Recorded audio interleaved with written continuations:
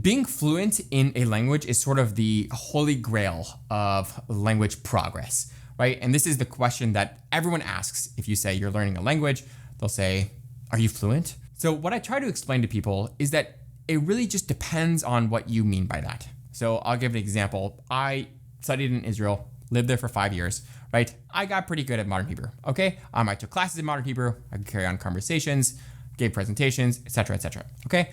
But I only a few times had to go to the mechanic in Hebrew.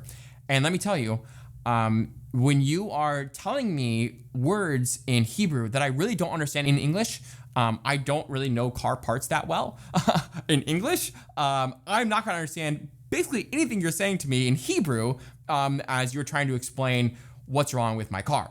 So the issue is that you can be fluent in different domains, okay?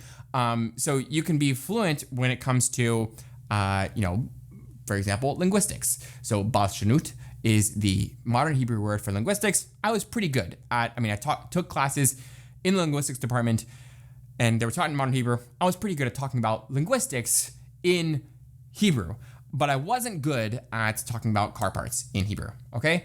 So whenever we talk about what fluent is, right, we first have to talk about what domain are we discussing, okay? What domain of the language? Even in my own native language, English, right?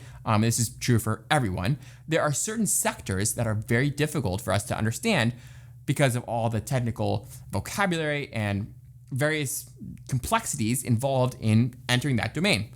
One immediately thinks of the medical field, for example. There are many medical papers that I couldn't really understand because I don't have the vocabulary knowledge. Ultimately, it's about vocabulary knowledge to understand those texts.